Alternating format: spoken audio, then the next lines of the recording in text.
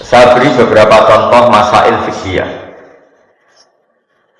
Ada orang misalnya mati bunuh diri atau mati karena minum oplosan. Itu di Syarhun Nawawi, syarah hadis Nawawi ketika mensarai Sahih Muslim. Gimana hukumnya orang yang mati karena oplosan atau karena bunuh diri? Sebagian ulama mengatakan jangan datangi jenazahnya sebagai hukuman biar nggak ada lagi yang mati bunuh diri.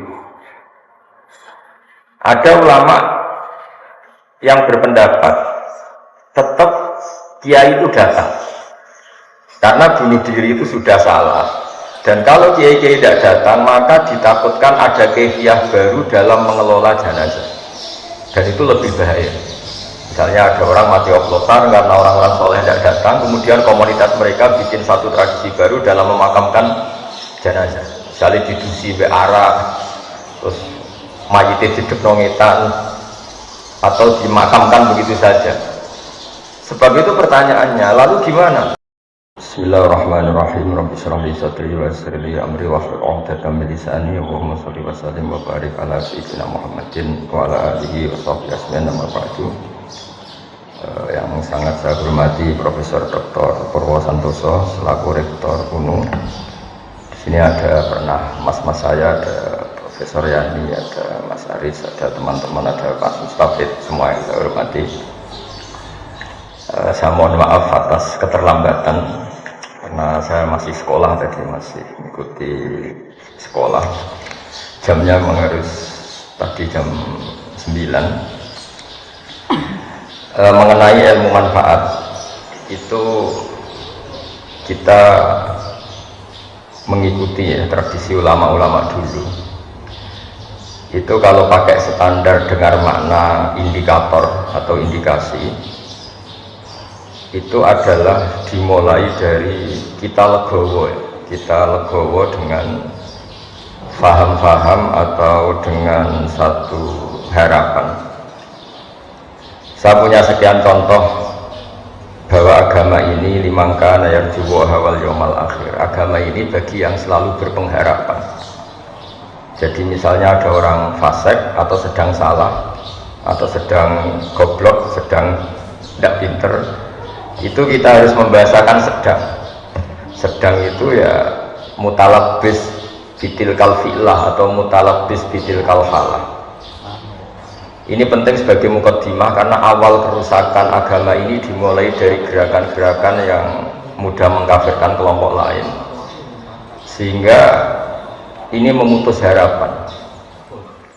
Jadi saya mohon kepada Bapak Profesor, Bapak semualah yang terlibat dalam pendidikan itu, terutama ini menyemaikan harapan. Orang yang sekarang sedang jatuh bisa saja suatu saat bangkit, yang sedang fasik bisa saja suatu saat soleh, sehingga agama ini diperuntukkan liman kana yarju wal yaumal akhir, bagi yang selalu berpengharapan. Sehingga agama ini tidak boleh main vonis mengkafirkan orang lain, terus kemudian menganggap kelompok lain tidak termasuk Islam, itu tidak boleh. Sebab itu ciri khas ahli sunnah wal jamaah yang diimplementasikan akidah NU di Indonesia, atau kalau dalam bahasa PBNU itu sudah ahli sunnah masih ditambahi an-nahdiyah. Itu dimulai dari apa sih? Itu dimulai apa? Yang tidak mudah mengkafirkan orang lain. Karena sekali gerakan ini itu tumbuh dan kita masuk ke situ, maka orang Islam itu otomatis berkurang, karena yang hakikatnya masih muslim kita anggap kafir. Yang hakikatnya suatu saat tobat kita vonis atau kita statuskan, kita stigmasi sebagai orang yang jelek, sehingga nggak ada harapan lain lagi untuk baik.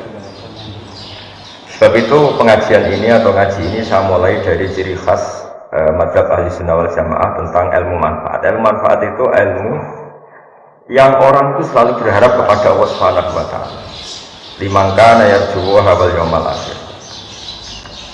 Saya beri beberapa contoh masail fikih. Ada orang misalnya mati bunuh diri atau mati karena minum oplosan.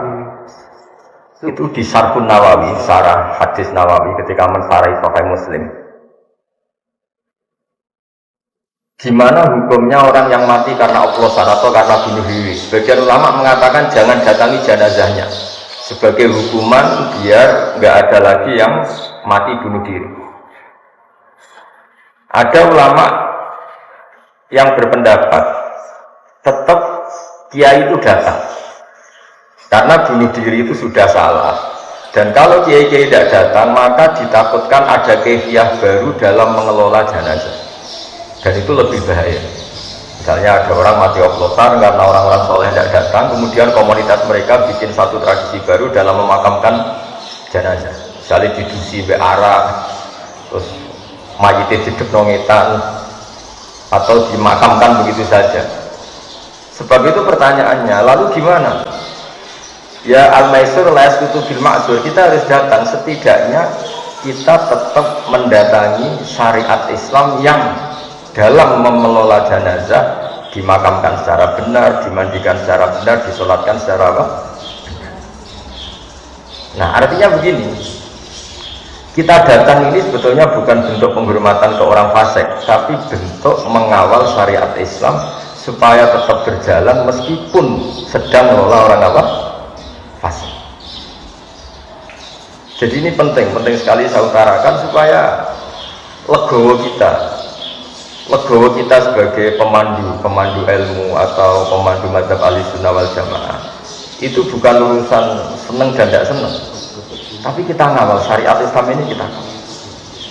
Caranya apa? Ya tadi selalu berpengharapan di mangkana arjuwa wal jamaah. Kalau tadi dikatakan Pak Rektor misalnya susah menerapkan pesantren di kampus, tapi jangan pernah putus harapan. Al-Azhar itu ya kampus, tapi tradisinya pesantren. Di situ ada ijazah toreko, ada ijazah cara menghafal Quran secara benar, tapi tetap tradisinya itu kampus. Nah, saya memulai makalah ini dengan buku yang jenengan baca semua, yang jenengan bawa, nanti tak baca secara urut bagian yang pokok-pokok. Saya mulai dengan ilmu manfaat itu, ilmu yang kayak apa? Saya akan berpendapat ilmu yang selalu memberi kita harapan. Jadi agama ini kata Allah liman kana yarjuha wal yaumal akhir, bagi selalu yang punya. Ketika Sayyidina Umar ditanya ibadah paling baik itu gimana, intidharul farad, selalu menunggu harapan, menunggu suatu saat ada kebaikan, ada hari yang lebih baik. Nah, itu dimulai dari mana? Dimulai misalnya seorang bapak yang awam, yang mungkin lugu atau bodoh, selalu bilang lek koyok bapak, akhirnya anaknya sekolah dan lebih baik. Ada orang yang nyuwun sewu, mungkin dia maling atau copet atau apa, kalau ngandani anaknya itu bapak tok sing nglakoni ning penjara, kowe aja sampai nasibmu koyok bapak. Dan dari harapan seorang bapak yang terpidana ini kemudian lahirlah anak-anak yang soleh. Ketika orang-orang kafir Mekah yang sangat sadis kepada Rasulullah SAW itu sampai Malakul Jibal itu enggak tega, terus menawarkan, ya Rasulullah, hari ini saya diutus Allah untuk apa? Untuk menghancurkan orang-orang Mekah yang mengusir engkau, yang menyakiti engkau. Tapi kata Nabi, jangan. Asallahu ayyukhrija min aslabihim ma ya'budullaha wa la yusyriku bihi syai'an. Mungkin bapaknya kafir, tapi saya berharap nanti anak-anaknya menjadi mukmin. Jadi orang yang kafir saja Nabi tidak butuh harapan. Ini bukti itu ada di hadis sahih di Bukhari. Dan betul, Abu Lahab punya putri namanya Durrah. Ada yang baca Darrah, itu mukminah sholihah. Abu Jahal punya anak namanya Ikrimah, ini termasuk sahabiyun jalilun. Jadi agama ini digerakkan oleh harapan, liman kana yarju. Bahkan ketika bapaknya belum, kan banyak sekarang di Indonesia. Banyak di Indonesia itu orang yang nggak bisa baca Quran, anaknya hafid. Dimulai dari mana? Dimulai dari sebuah apa? Harapan, liman kana yarju wal yaumal akhir. Sebab itu dalam sebuah kitab Jami'u Ushulil Auliya, kitab tentang para wali, itu Abdul Hasan Asyadzili pernah mimpi. Di situ ketemu Nabi Nuh dan Nabi Muhammad SAW dalam mimpi. Itu Nabi Nuh digojlok begini sama Nabi Muhammad. Andaikan Nabi Nuh tahu bahwa dalam tubuh orang kafir bisa saja ada sperma nasamah namanya kalau dalam bahasa Arab, yang suatu saat ini jadi mukmin. Misalnya Abu Jahal, ternyata dia menyimpan nasamah, yaitu nanti jadinya ada Ikrimah bin Abi Jahal. Mungkin buyut-buyut kita, orang-orang di negara-negara Eropa, mungkin banyak yang mbah-mbahnya kafir, atau yang karuan ya di Arab. Di Arab itu banyak orang kafir yang karuan di kitab itu Abu Jahal punya anak Ikrimah, Abu Lahab punya anak Dar. Andai kan Nabi Nuh tahu bahwa orang-orang kafir yang beliau pasutkan itu mati, padahal di tubuh mereka tersimpan nasamatan mukminah, bisa saja tersimpan calon-calon orang mukmin, maka mada'a ala qaumin, maka tidak akan masukkan kaumnya. Artinya apa? Kenapa Nabi Nuh yang termasuk ulul azmi akhirnya syariatnya Nabi Nuh tak menjadi syariat kita? Karena syariat kita tidak boleh robbila tadar alal ardi minal kafirina daya. Karena yang sedang bodoh bisa saja di situ tersimpan calon-calon profesor, calon-calon doktor, calon-calon ulama, padahal bapaknya awam atau lugu. Maka Bapak Purwo, Pak Profesor Purwo, saya pernah ketemu profesor juga di Jogja, cerita, Gus, sebenarnya saya dengan bapak saya itu entah pinter mana. Kok sampai cerita gitu ya? Bapak saya ini petani udon, punya anak profesor. Saya profesor, anak saya naik SMP saja kesulitan. Biasanya ini pinter siapa? Makanya cerita yang favorit di Bazibar, agaknya Mbah Mun itu. Ada orang awam, duduk, punya anak alim alama. Setelah punya anak alam alama ini, anaknya ini punya pondok besar itu. Ya rata-rata santri itu kultus. Anaknya saja sealim ini, apalagi bapaknya. Suatu saat bapaknya ke situ, sholatnya ya ada bener, wudunya ada bener. Santri itu masih bisa mentakwil. Ini mungkin jadab itu bahasa khusus pondok, mungkin punya perilaku khusus loh, yang sudah terbebas dari syariat. Suatu saat bapaknya ini kencing dekat musola, jadi sudah agak bisa ditakwil. Wah ini kali ini bodoh betul ya.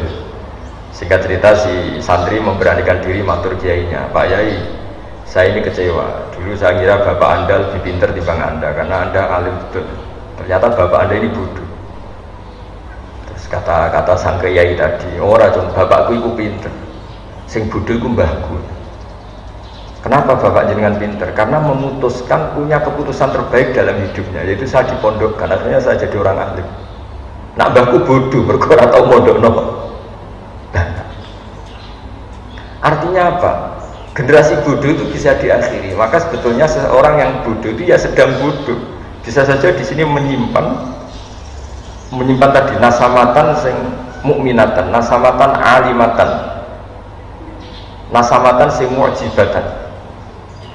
Sehingga kalau dalam ngaji nahwu, ini juga orang-orang umum juga harus ngaji nahwu. Bahasa nahwu itu manusia itu berstatus seperti isim fa'il. Isim fa'il itu kalau fasikun berarti sedang fasik, bukan permanen fasik. Seperti kita misalnya mungkin kita sholihun, ya sebetulnya sedang soleh, bisa saja kita su'ul khotimah, sehingga tetap disuruh berdoa ya muqallibal qulub tsabbit qalbi ala dinik. Lalu gerakan-gerakan ekstremis itu tidak mau belajar seperti ini. Kayak apa dulu Abi Sufyan musuhi Kanjeng Nabi, tapi akhirnya mukmin. Semua perang orang kafir itu dipimpin Abi Sufyan. Dulu ketika Nabi orang Islam kalah di perang Uhud, panglimanya orang kafir itu Wahsy, Khalid bin Walid. Tapi akhirnya Khalid bin Walid masuk Islam. Orang yang paling biadab di perang Uhud itu Wahsy, yaitu yang membunuh Sayyid Hamzah, juga akhirnya Islam. Maka ilmu nahwu itu penting, berarti fasikun ya di terjemahannya sebetulnya sedang fasik, bukan berstatus fasik, bukan berstatus permanen fasik. Sehingga itu dipelajari oleh ulama-ulama. Kenapa? Karena dengan cara seperti itu ada harapan. Maka saya mohon, misalnya Universitas Endo yang di Jogja, misalnya masih kecil ya berharap lebih besar, misalnya kurang baik berharap akan lebih baik. Pokoknya hasil itu jangan sampai orang itu tidak punya harapan. Maka kata Sayyidina Umar, afdhalul ibadah intidharul farad. Ibadah terbaik adalah selalu punya apa? Harapan, dan berharap hari esok lebih baik, hari esok lebih baik. Dan awal dari kesalahan kita bermadzhab adalah madhab yang takfiri, yang memutus Ya, karena maknanya mengkafirkan itu berarti menutup orang lain dari rahmatnya Allah. Karena maknanya kafir itu penutup. Sehingga dalam sebagian bahasa Arab petani itu bahasa Arabnya kufar. Karena maknanya itu penutup biji-bijian di tanah. Jadi bahasa kafir itu makanya bahasa kafir kadang dipakai lain syakartum la azidannakum wa lain kafartum. Kenapa dikatakan kafartum? Karena menutupi nikmat yang diberikan Allah ke dia, pengingkar nikmat. Sehingga bandingannya kafartum dengan apa? Syakartum. Nabi Sulaiman juga pernah bilang, hada min fadli rabbi liyabluwani aashkuru apa. Jadi punya bahasa kafir itu tidak mesti seru keluar dari Islam itu tidak. Bahasa kafir itu bisa pengingkaran terhadap apa? Nikmat atau pengingkaran terhadap anugerah Allah juga disebut kafir. Karena bandingannya itu syukur sama apa? Kufur. Nah kadang perbandingan itu ekstrim, yaitu mukmin dan kafir. Nah ngaji ini memang saya mulai dengan rumus yang agak jelimet, tapi ini akan menjadi panduan untuk Nahdlatul Ulama, juga untuk para akademisi di kampus, bahwa semuanya itu dimulai dari harapan. Dulu kita dijajah Belanda 350 tahun, dan masyarakat kita zaman itu sangat terbelakang. Wong penjajah itu buruk, sudah buruk, kafir. Orang-orang tua kita nyeluk Belanda itu dorong. Wong penjajah berdiundang dorong. Mungkin andaikan saat itu ada pakar sudah putus asa. Bagaimana bisa menggerakkan masyarakat yang saking bodohnya itu penjajah dipanggil dorong. Kayak apa susahnya pas itu? Kita ini bisa menggerakkan masyarakat itu kalau punya kesadaran melawan. Kok kesadaran melawan? Nganggep penjajah ini tuannya, majikannya. Kamu bisa mendidik orang melakukan perlawanan dengan cara berpikir seperti itu. Kayak apa? Tapi para pejuang kita, para ulama kita, para kiai kita tidak berhenti ada saja celah untuk mendidik mereka supaya mau melakukan perlawanan. Padahal saking lucunya, wong penjajah kok diundang dong. Kayak apa? Susahnya apa? Tapi barokahnya punya harapan, bergerak, kemudian akhirnya kita jadi merdeka. Orang-orang desa yang jadi buruh gara-gara jadi buruh lama, roh enake wong sugih, duwe akeh, rumahnya AC nan kulkasan, terus punya harapan muga-muga anakku ora kaya aku. Periode anak sudah jadi orang yang tidak buruh. Banyak orang yang buta huruf, periode anak cucu sudah hafal Quran. Banyak orang yang nggak tamat SD, periode anak sudah dosen. Makanya PR kita setelah kita jadi anaknya orang awam, jadi dosen, jadi doktor, apa kita setelah jadi doktor bisa lebih baik? Nah ini PR. Jadi ilmu manfaat itu dimulai dari cara berpikir, itu selalu punya. Makanya kalau dalam balaghah, di balaghah pesantren, kenapa Nabi Adam itu ditobati Allah? Padahal salahnya sama-sama salah. Iblis ya salah, melanggar perintah Allah. Adam juga salah, melanggar perintah Allah. Karena Nabi Adam itu bukan salah permanen, tapi sedang salah. Yaitu Allah membahasakan wa aso adamu robbahu fahuwa. Jadi kalau dalam bahasa Arab itu ada bahasa status, ada bahasa sedang. Misalnya begini, saya ini kan tidak penjahit. Saya ulang lagi, saya ini tidak penjahit. Terus pas Pak Rektor main ke rumah saya pas jahit sarung. Itu mesti bahasanya ro'aituhu yaqutu sauban atau ro'aituhu khoto sauban. Saya melihat Gus Bahak sedang menjahit. Sedang menjahit, ya sudah sedang menjahit, tapi saya tetap tidak penjahit. Adam itu hanya dibahasakan Allah wa aso adamu robbahu fahuwa. Itu sama dengan bahasa khoto fulanun at-tauba, ada orang menjahit baju. Ya sudah menjahit saja, tapi tidak penjahit. Jadi tidak boleh kamu bahasakan Adam itu pendosa, tapi sedang dosa. Nah, ilmu-ilmu seperti ini mulai hilang karena orang itu lebih menganalisis, nuruti pikirannya, khayalnya daripada mengikuti kaidah. Padahal kalau dalam kaidah seperti yang saya utarakan tadi, bahasa fasik itu isim fa'il itu zamannya itu hal sama istiqbal. Kalau hal itu sekarang, berarti sekarang sedang fasik. Orang itu sekarang sedang kafir. Tapi mana sih? Kita tidak pernah tahu kaifa akibatnya, nanti akibatnya kayak apa. Kayak apa kita perang Uhud, bencinya kita sama Wahsy karena membunuh Sayyid Hamzah, bencinya kita sama Khalid bin Walid karena dia panglima perang orang kafir. Tapi apa yang terjadi? Khalid bin Walid akhirnya masuk Islam, Wahsy sama. Mungkin sebagian mahasiswa, ini juga sekaligus sambut mahasiswa baru, mungkin sebagian mahasiswa kecewa punya bapak yang lugu, yang awam, mungkin yang jualan pentol, mungkin yang apa. Tapi justru itu menginspirasi anak-anak untuk tidak punya nasib kayak bapak. Sementara kadang yang kita anaknya orang mapan, justru inginnya nuntut yang bersifat material, materi. Jadi akhirnya apa? Setelah yang anaknya orang awam, anaknya orang lugu ini jadi orang, nanti jadi kebanggaan, saya ini anaknya orang biasa bisa jadi dekan. Tapi yang menggerakkan itu apa? Yaitu harapan. Makanya ciri khas madzhab Ahlussunnah wal Jamaah adalah tidak boleh mengkafirkan orang lain, karena dengan itu berarti Anda memutuskan hubungan Allah dan hambanya. Gak boleh. Anak saja nggak boleh dipisahkan dari orang tuanya. Nggak boleh kamu menjual pedet atau anak sapi terpisah dari indukannya yang masih menyusu. Apalagi ini at-tafriq bainal abdi wa rabbi. Kebutuhan dasar seorang manusia adalah berhubungan dengan Tuhannya. Lalu orang ini kita putus hubungannya dengan apa? Tuhan. Dan begitu seterusnya. Sehingga tadi Nabi, meskipun yang menyakiti Nabi ini orang-orang kafir yang sangat biadab, ketika mau dihabisi sama malaikatul jibal, itu Nabi masih ngendikan bal arju ayyukhrijawahu min aslabihim may ya'budullaha wa la yusyriku bihi syai'an. Jadi ini yang sedang kafir saja Nabi tidak berhenti berpengharap. Saya sering ketemu bapak-bapak itu cerita ke saya, Gus dulu itu tidak puasa gara-gara anaknya ikut program Iqra atau Qiraati atau yang bu'al, pokoknya ikut TPA. Itu anaknya puasa masih kecil, karena masih kecil puasa itu digendong. Lama-lama bapaknya ini malu, anakku itu poso, akhirnya ikut poso. Kalau wisuda khataman Quran itu banyak bapak-bapak itu nangis. Kalau ditanya itu ya lucu. Beliau-beliau ini kadang nggak bisa baca Quran, anaknya bisa hafid. Wisuda kampus juga sama.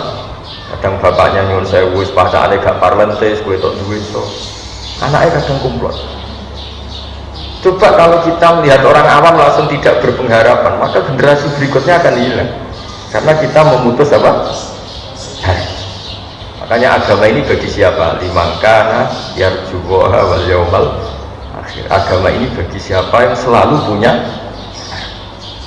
Indonesia pernah gak merdeka, pernah ada gestok, pernah ada apa saja, dan sekarang baik-baik saja. Sekarang juga ada masalah pandemi, masalah apa, tapi kita selalu berharap akan baik-baik saja, karena agama ini limangkan wal yaumal. Kemudian berikutnya saya akan terangkan metode dakwah, metode mengelola ilmu supaya lebih baik, lebih manfaat. Ini saya menyitir ini, mohon dibuka halaman tentang apa metode.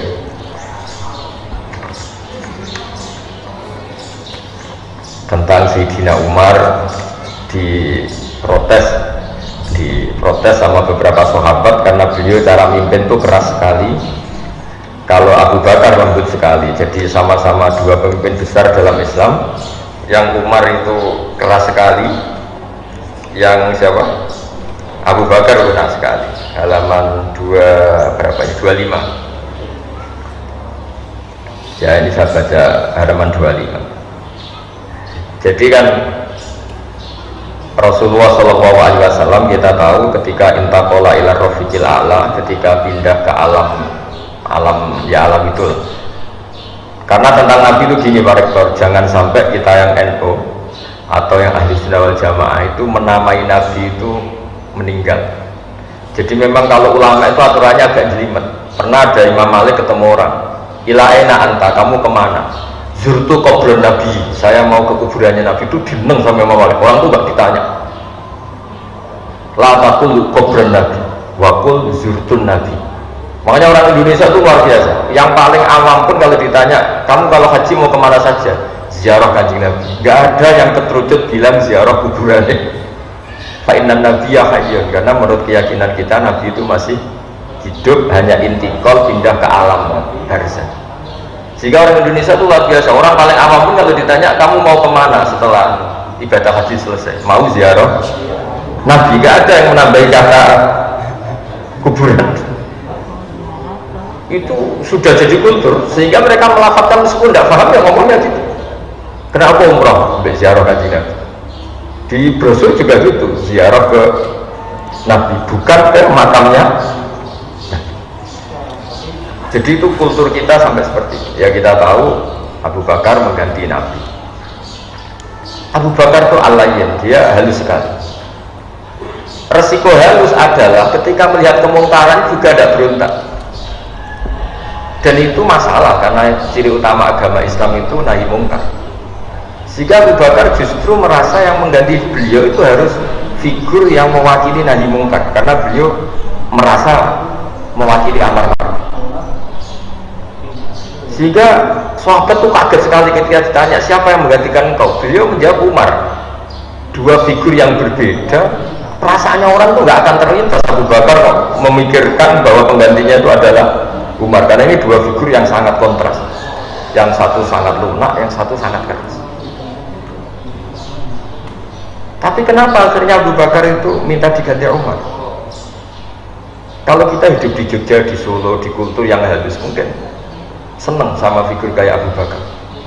Tapi misalnya Anda hidup di Kolombia, misalnya di daerah narkoba, di daerah-daerah yang keras, Anda akan butuh kayak Sayyidina Umar. Makanya dalam tarikh itu unik. Nabi pertama kali jadi Nabi dan yang Islam sudah ada beberapa, di antara yang sudah Islam itu Abu Bakar. Tapi Islam itu diteror oleh orang-orang kafir.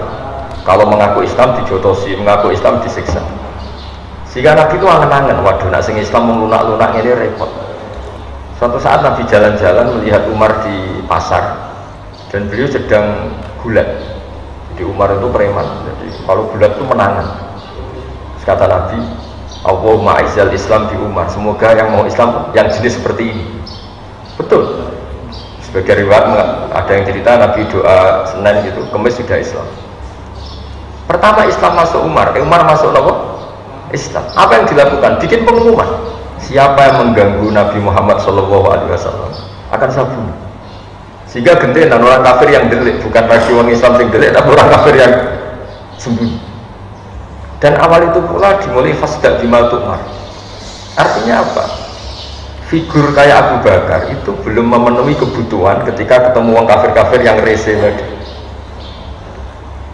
Sama. Andai kan semua orang Islam itu lunak, itu nanti kalau ketemu yang harbi, ya tentu yang kita masalahkan itu kafir yang harbi, yang ingin merusak kita, bukan orang kafir yang mau berbaik sama kita.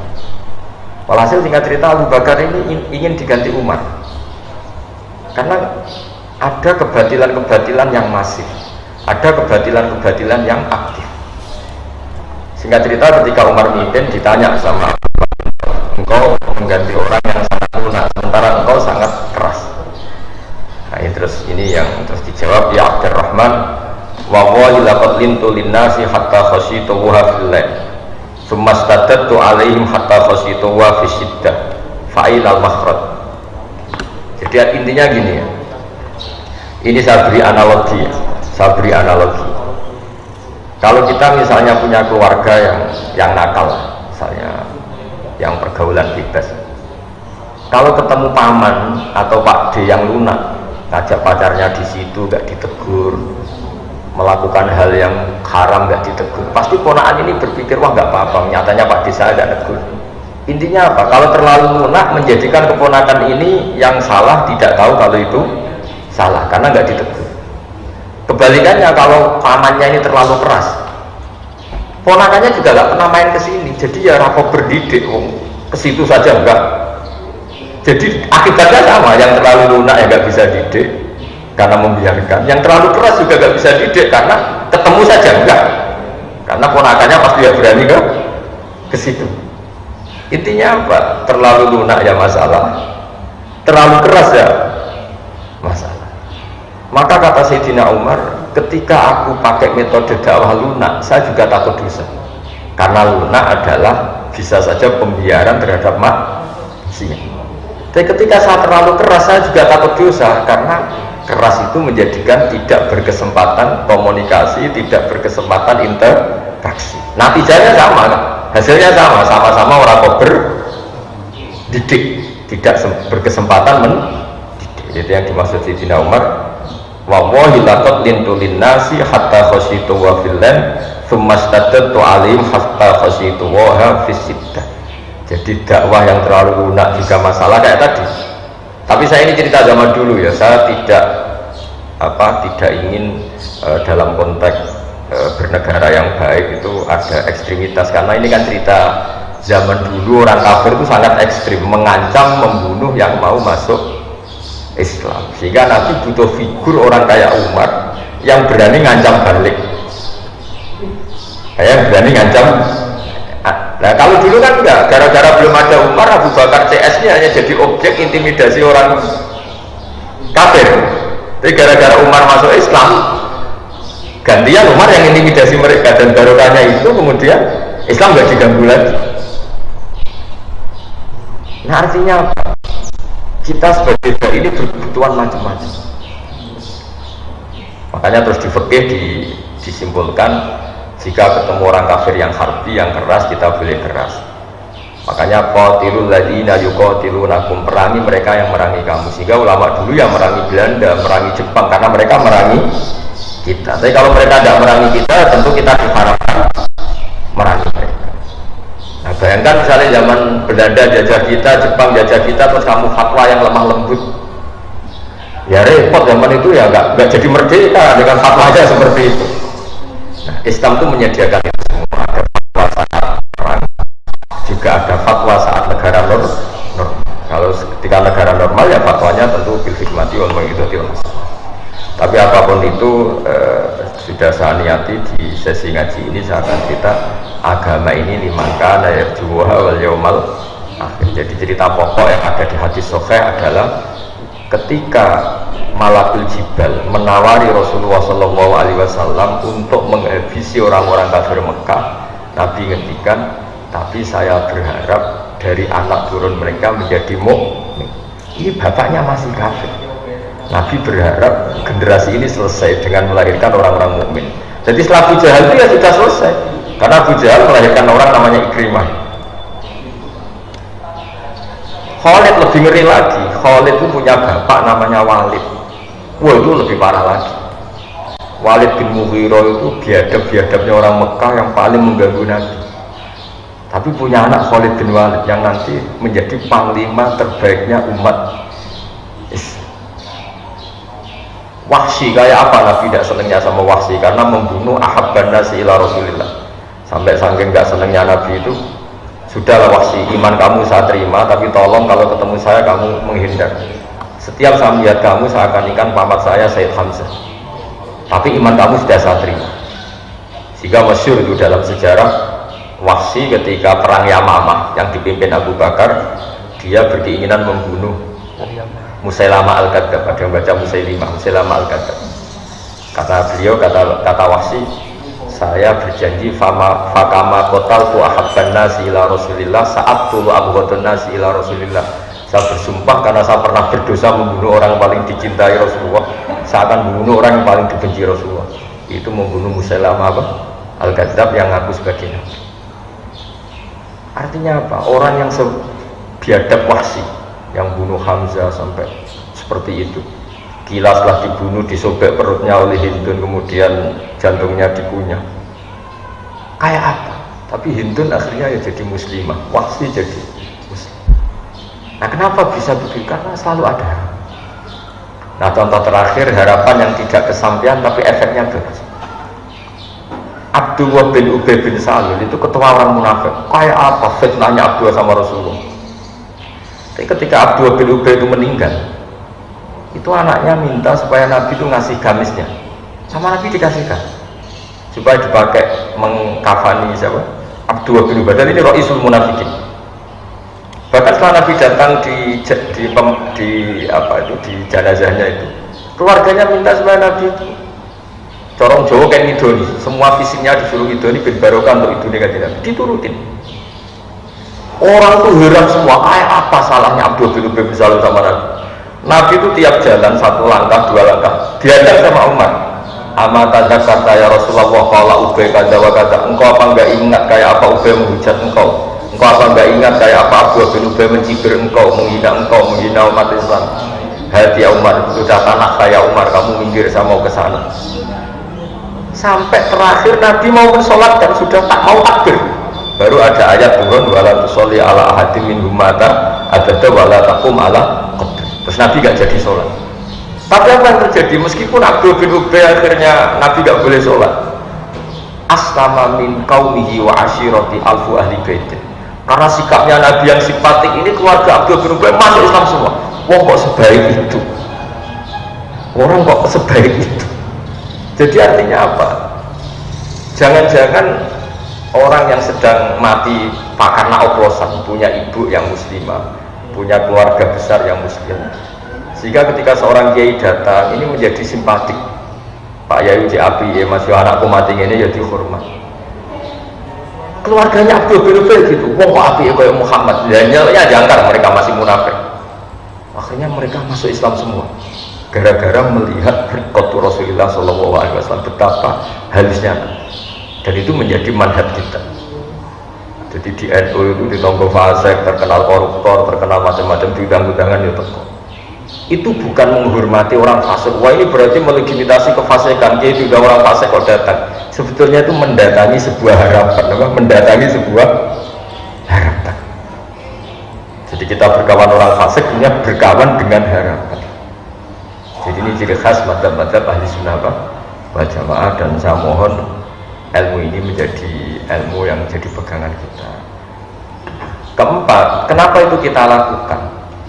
Ini ada di kitab Hikam, pernah saya ajarkan juga ketika Fakultas Kedokteran UGM kesini. Kenapa ini kita ajarkan? Yang keempat, ini contoh saya yang terakhir. Karena sebetulnya kita benci orang maksiat itu karena kebetulan orang itu tidak ada hubungan dengan kita. Misalnya begini, kamu dipisoi orang, kan memaafkan itu susah. Coba bayangkan yang misoi itu anak kamu kepada orang lain, kamu berharap apa? Orang itu memaafkan anak kamu. Kalau pertanyaannya, wah misoi kudu diwales, kudu ditabokin, kalau orang mengumpat itu harus ditangani. Pertanyaannya, kamu fatwa jujur karena kebetulan yang salah bukan anak kamu. Coba kalau yang salah itu anak kamu berharap dimaafkan apa dipukulin? Dimaafkan. Makanya Nabi Ibrahim alaihissalam ketika diangkat di alam malakut, kemudian melihat orang maksiat, menurut kamu Ibrahim orang-orang maksiat itu diapakan? Habisi saja ya Allah. Mereka hidup di bumi, makan dari rezekimu, tapi maksiat terus. Sama Allah diturutin. Sampai 3 kali, ada 3 peristiwa. Ada yang maksiat zina, ada yang maksiat maling, ada yang maksiat apa. Suatu saat Nabi Ibrahim disuruh nyembelih Ismail. Itu anakmu sembelih. Tidak bisa ya Allah, ini samrotu fuadi, ini buah hati saya, wakil ini kesayangan saya. Nah kenapa tidak boleh dibunuh? Ya ini kan kesayangan saya. Dari kenapa? Ya karena anak saya. Terus kata Allah, kamu apa tidak ingat di malam ketika kamu saya mi'rajkan, itu hamba saya yang bikin saya, kamu enak aja usul kamu bunuh. Setelah saya usul supaya kamu bunuh, kamu tidak mau. Memangnya kamu lebih sayang sama anakmu ketimbang saya sama hamba-hamba kamu juga sayang. Enak saja kamu tidak ingin tidak ikut bikin, hanya usul supaya tak bunuh. Semenjak itu Nabi Ibrahim sadar sebenarnya kebencian kita sama maksiat itu karena kebetulan. Itu tidak anaknya.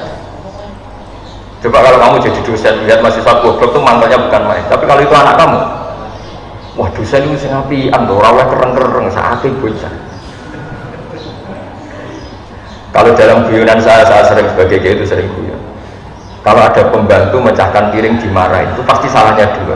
Mecahkan piring dan tidak cantik. Sekali itu cantik, apa majikannya bisa marah? Itu pasti. Begitu juga wong nyulayan janji kok dihamu. Itu mesti orang atasan. Coba kalau yang nyulayani Pak Mustafid ini rektor, sepurane yang terlambat, dia betul nopo-nopo. Tapi kalau yang terlambat ini office boy atau karyawan, nggak disiplin, nggak profesional. Maka kalau ada kemarahan terhadap kesalahan, pasti sebabnya dua, salah dan tidak prospek. Ada, tapi ini nggak diomongkan, yang kedua ini nggak diomongkan. Nah itu semenjak itu ada kearifan. Jangan-jangan kebencian kita terhadap maksiat itu sebetulnya bukan karena maksiatnya saja, karena kebetulan itu tidak keluarga kita, tidak anak kita. Nah kearifan-kearifan seperti ini itu harus hidup di komunitas Nahdlatul Ulama, di komunitas NU, umumnya di komunitas Islam. Jadi jangan belajar Islam dari segi lunak saja, karena kan itu yang kamu ajarkan, nanti kita kesulitan cari metode ketika menghadapi penjajah. Itu ya ada momennya sendiri. Islam ekstrim itu ada momen ketika ada penjajah. Tapi ketika negara sekarang sudah normal, kita harus semua bil hikmati wa bil hasanah. Tapi apapun itu saran saya satu, orang nggak boleh nggak punya apa harapan, karena agama ini limangkana yarjuwa wal yaumal akhir, bagi yang selalu punya harapan. Saya kira demikian. Assalamualaikum warahmatullahi wabarakatuh.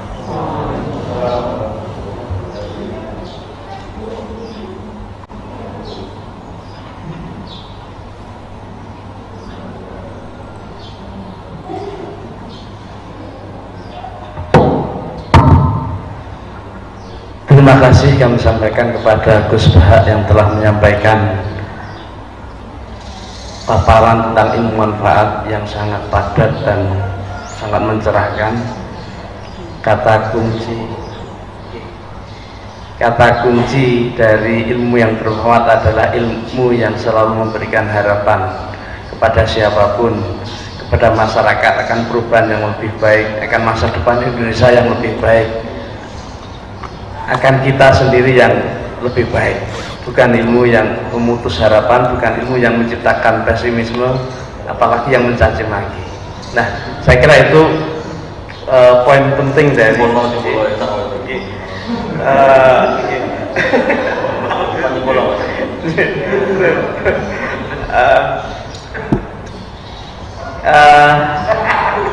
selanjutnya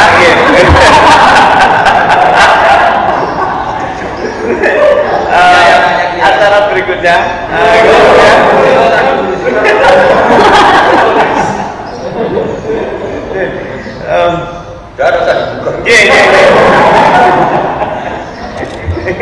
ilmu tadi ya kan ini harus sampai nawakona ini ilmu yang memberikan harapan, yang mampu membuka harapan, yang berharap kepada Allah Subhanahu wa taala dan hari akhir. Nah, itulah ilmu yang yang bermanfaat kan? Ilmu yang membuat kita optimis menghadapi tantangan hidup, ilmu yang membuat kita optimis untuk menghadapi persoalan-persoalan bangsa ini, persoalan kemanusiaan dan lain-lain. Dan itu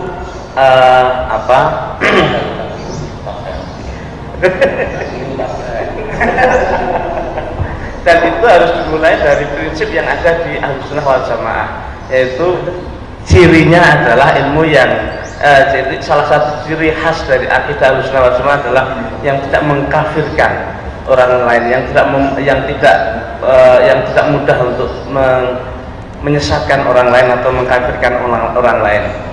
Nah, di situ untuk mencapai itu dibutuhkan beberapa metodologi atau metode pengelolaan ilmu yang tadi disebutkan, bagaimana kita mengelola antara dua titik ekstrim, uswah yang dicontohkan oleh Nabi Musa alaihissalam, juga Nabi Isa alaihissalam, kemudian Sayyidina Abu Bakar radhiyallahu anhu, juga Sayyidina Umar radhiyallahu anhu, dua figur yang berbeda, yang sangat berbeda, akan tapi keduanya mampu menjawab kebutuhan masyarakat saat itu. Jadi kemudian pengelolaan ilmu adalah ilmu yang juga mampu menjawab kebutuhan masyarakat saat itu. Saya kira poinnya itu semoga yang saya simpulkan ini tidak salah kan? Kalau salah ditasek Pak Anies kan? Acara berikutnya adalah tanya jawab kan? Monggo kepada hadirin atau juga kepada mahasiswa yang kebetulan mengikuti secara daring untuk menyampaikan pertanyaan. Ini saya akan cek pertanyaan yang muncul di di channel YouTube.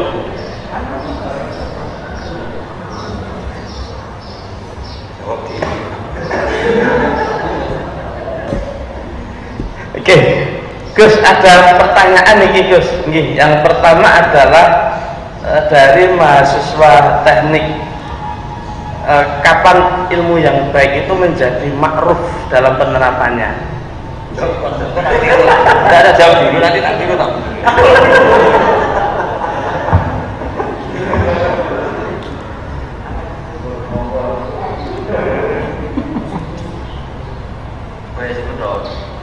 Kalau yang kedua,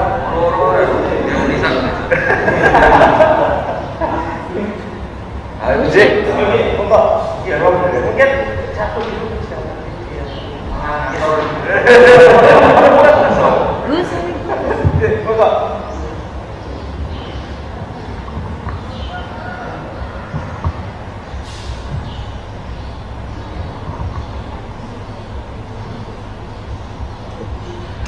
Bismillahirrahmanirrahim.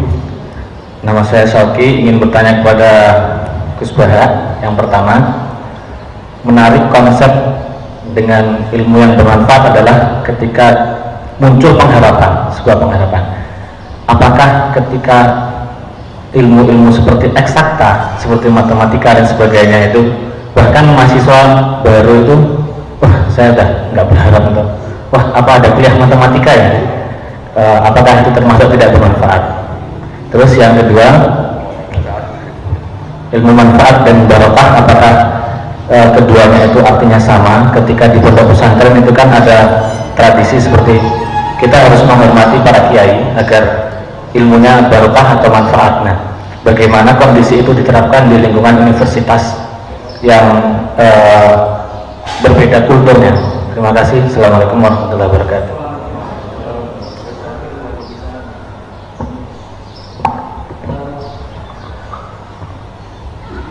Yang terakhir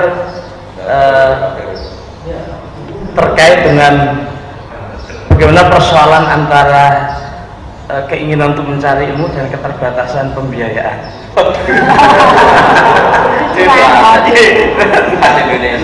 Ingin mencari ilmu yang bermanfaat, tapi karena saya dihadapkan oleh persoalan biaya, Gus. Itu curahan hati, Gus.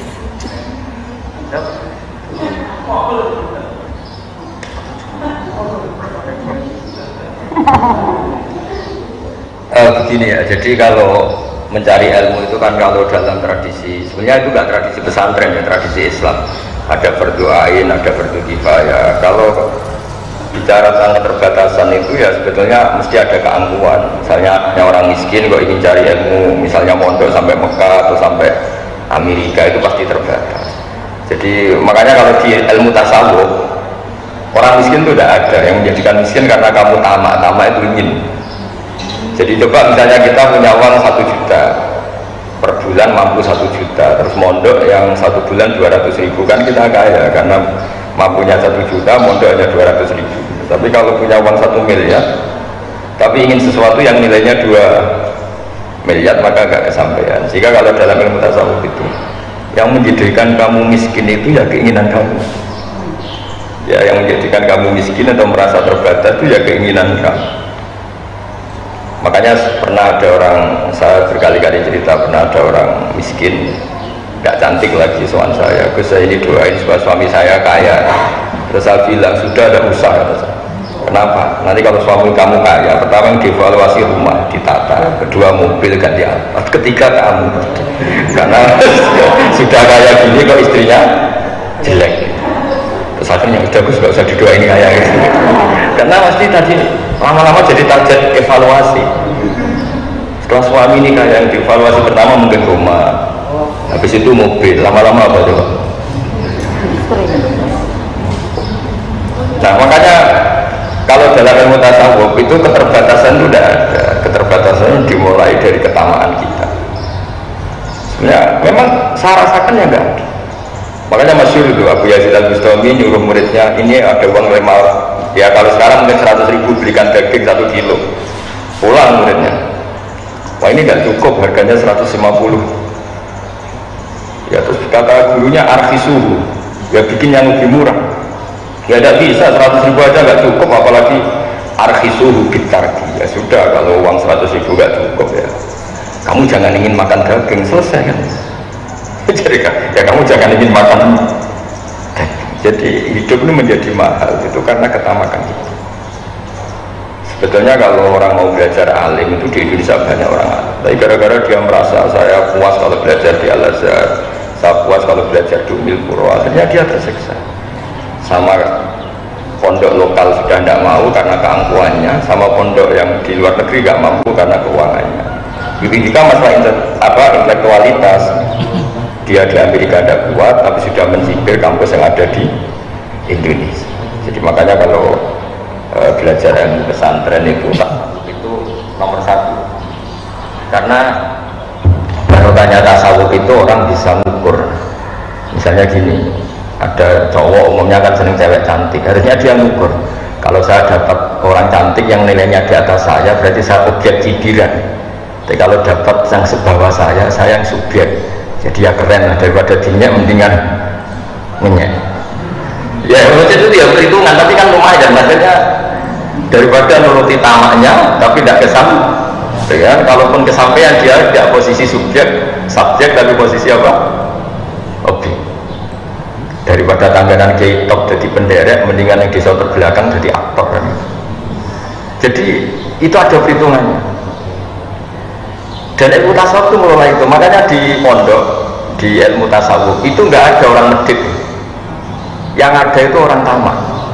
Karena begini Pak Rektor, kalau dalam berpikir tasawuf itu, kamu sampai menghukumi orang lain kikir atau medit itu karena kamu punya keinginan. Coba kalau kamu enggak. Makanya saya itu sering sama ngandani orang-orang yang mengundang saya. Orang undang saya itu berjudi karena gara-gara ingin undang itu gampang kecewa kalau saya tidak bisa. Coba kalau dari awal gak ingin undang kan gak pernah kecewa. Kamu menghukumi teman kamu medit itu karena kamu ingin utang, coba tidak pernah ingin utang kan gak pernah menghukumi itu medit. Jadi makanya kita pasal tidak pernah kritik medit, karena sebetulnya medit itu diawali dari orang berharap. Coba hubungan kamu dengan Pak Rektor ini baik-baik saja, tapi sekali kamu punya keinginan, Pak Rektor tolong masa ini dinaikin, masa jabatan saya gini-gini dok naikkan sedikit, terus gak diturutin, wah rektornya akhir ya. Makanya saya itu sering ngomongkan, saya ini kan sudah ngaji murah, ngaji gak usah biaya, ngaji gak usah diundang, supaya ini murah. Sekali berkeinginan ini potensi kecewa. Saya ini kan ya sibuk, urus anak, urus pondok, tapi kalau orang undang gak diturutin ya kecewa. Diturutin ngecewakan santri saya, jadi makanya orang undang saya harus istighfar, karena mesti salah. Orang mungkin salah, mesti salah. Saya sendiri juga istighfar, karena kalau ada orang undang tidak bisa, saya juga merasa salah. Saya pernah didatangi undangan dari Kalimantan, gubernur kesini jauh-jauh, kesini saya mohon sekali gini-gini. Saya bilang ya juga mohon sekali jangan maklumi saya. Ya sama-sama nggak bisa. Karena itu orang ilmu tasawuf itu kecewa itu dimulai dari keinginan. Makanya ilmu tasawuf yang dikritik itu tamak. Coba kalau ada orang kamu bilang sombong, kenapa? Banyak orang melete di jalan, kamu udah bilang sombong. Tapi ketika anda berkeinginan untuk dihormati, misalnya kamu tanya, terus bayangan kamu kalau tanya itu kan dijawab pakai tangan kanan, orangnya naik motor ya turun dulu. Ternyata enggak. Tahu rumahnya Gus Bah, gak ngerti, jawabnya pakai tangan. Wah orang itu sombong sekali. Kenapa kamu mau sombong? Karena kamu punya keinginan. Kalau kamu nggak punya keinginan, bahwa orang itu kayak apa kan kamu tidak mendesak untuk menvonis sombong apa enggak. Makanya ilmu tasawuf itu ilmu yang ngelola kun muradan walatatun murid, dan sudahlah hidup itu jangan banyak karep, nanti banyak kecewa. Imam harus dilatih, ini kan ngaji NU ya, harus dilatih orang itu supaya gak kecewa, jangan banyak. Makanya saya sering bilang ke istri saya tuh bayangkan istri kalau saya datang dari Jogja, saya sampai sekarang ke Jogja itu ya sering gitu. Bayangkan saya pulang itu pokoknya istri saya masih hidup, masih sholat, masih Islam, itu udah gak pernah bayangkan datang disambut, dibikinkan teh, mari kecewa. Jadi saya biasa datang tuh ya istri saya tidur, dia tidur, anak saya ini dan gitu aja. Karena sekali saya punya harapan mesti kecewa. Bayangkan perlakuan istri seperti ini gini. Jadi kalau orang kecewa itu karena khayalnya sendiri, karena harapannya sendiri. Nah itu yang nggak dipelajari di kampus. Jadi ilmu tasawuf itu ilmu yang ngelola itu. Makanya saya bayangkan misalnya Universitas NU Jogja memperlakukan saya gini aja, ini sudah bagus, tidak ada pernah harapan lebih, kecewa nanti.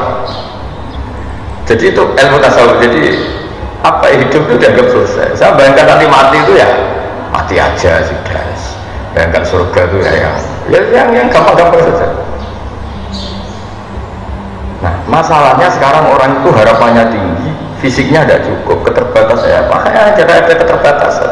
Jadi keterbatasan itu karena ada harapan tadi, sebenarnya kalau tidak banyak harapan juga nggak ada keterbatasan. Tapi sekali ada harapan, banyak harapan pasti banyak kecewa. Itu kalau kamu minta jawaban saya khas pesantren. Kalau nggak khas pesantren malah enak. Gimana Gus kalau mau ngaji atau mau kuliah ada keterbatasan? Ya sana utang ke lembaga pinjaman malah ribet kan itu kan tidak rumus saja kan terus atau duha terus ben sugih ala agama tinggu sarana materi kan. Makanya saya jawab saya tasawuf, jadi keterbatasan itu, kecewa itu dimulai dari keinginan. Kamu sampai menghukumi orang lain sombong karena kamu ingin dihormati. Coba kalau kamu tidak ingin dihormati, kan banyak orang di jalan, di perapatan gitu, duduknya gini sambil rokok. Kamu tidak akan menghukumi itu sombong karena kamu tidak punya kepentingan. Tapi ada orang yang kelihatannya sopan, ketika kamu tanya terus dia jawabnya cuek atau jutek, oh sombong betul orang itu. Kamu mulai menghukumi sombong karena apa? Punya keinginan yang tidak kesampaian. Makanya di ilmu tasawuf itu yang dikelola satu itu keinginan. Karena keinginan ini yang merusak segalanya ketika tidak kesampaian. Makanya saya termasuk kiai yang sebetulnya kalau boleh milih itu nggak suka kenal banyak orang, karena takutnya banyak keinginan terus banyak kecewa. Masyhur itu ada dua fatwa di kitab Minhajul Abidin. Ada seorang ulama berfatwa aksir min ma'rifatin nas. Kamu memperbanyak teman, karena kalau banyak teman itu banyak penopang gitu. Yang satu ulama berbilang aklil min ma'rifatin nas, kamu jangan banyak kenal orang. Dua orang ini debat. Tapi kalau tidak banyak kenal orang, tidak banyak relasi. Kalau tidak banyak relasi, kita kalau ingin apa-apa repot. Terus kata ulama yang satu, wahal tungkiru ilaman ta'rifu, bukankah kamu akan kecewa hanya dengan orang yang kamu kenal? Kamu kan tidak bisa kecewa sama orang yang tidak kamu kenal. Jadi pertemanan itu juga harus siap kecewa, karena kamu pernah putus cinta sama orang yang tidak pernah kamu pacarin, kan tidak pernah.